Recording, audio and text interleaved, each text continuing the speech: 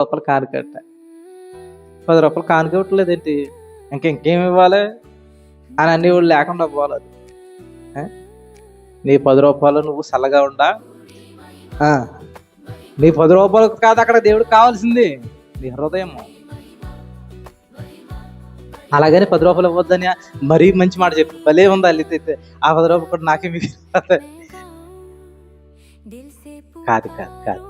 మొట్టమొదటగా నీ హృదయము, తర్వాత నీకు కలిగినదంతయు దేవుడి చేతిలో పెట్టినా దేవుని రుణం మనం తీర్చలేం. మొట్టమొదటి మన హృదయం. ఇక్కడ బాలాకు హృదయం, బిలాము హృదయం ఎలా ఉందంటే హృదయం అంతా డబ్బుతో నిండిపోయి అలా చచ్చిపోయినా పర్లేదు అని అనుకుంటున్నాడు. అయితే ఒక ప్లాన్ ఇస్తున్నాడు. అయ్యా, నా నోటి నుంచి వచ్చే ప్రతి మాట దీవెనకరంగా మారుతుంది కాబట్టి నేను అలా చేయలేను, ఒక మాట జాగ్రత్తగా వినంటే మళ్ళా బహుమతులు తీసుకుని వచ్చాడంట.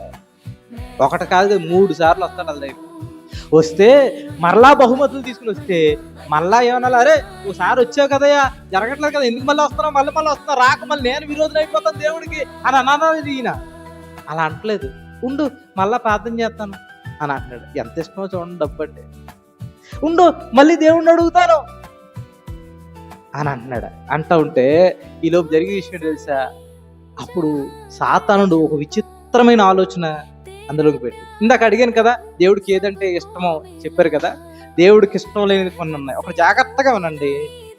దేవుని రూపాన్ని మనం చూడడానికి మన తరం కాదు కనుక ఆయన రూపం ఇలా ఉంటుందని అనుకుని ఏ రూపానికి మనము సాగిలి పడటానికి వెళ్ళలేదు, ఏ రూపము మన హృదయాల్లో ఉండడానికి వెళ్ళలేదు.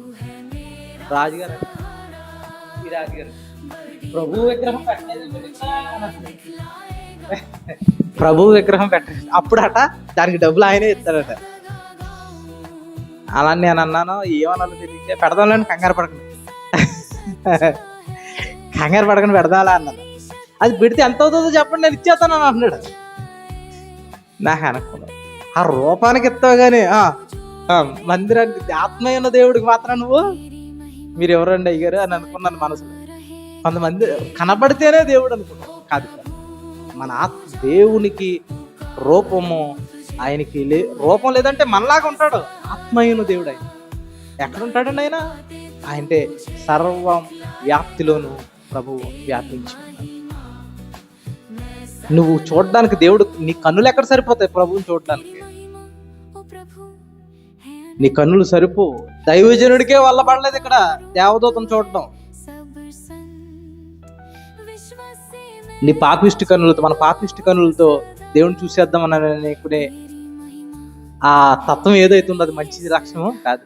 ఫస్ట్ మాట హృదయ శుద్ధి నీకుంటే దేవుడే నీకు ప్రత్యక్షమైపోతాడు. నీ హృదయము శుద్ధిగా ఉంటే కనుక, నేను చెప్పే మాట సాక్షాత్తు కొండ మీద ప్రసంగంలో యేసు ప్రభు హృదయ శుద్ధి గల వారు ధన్యులు, వారు దేవుణ్ణి ఖచ్చితంగా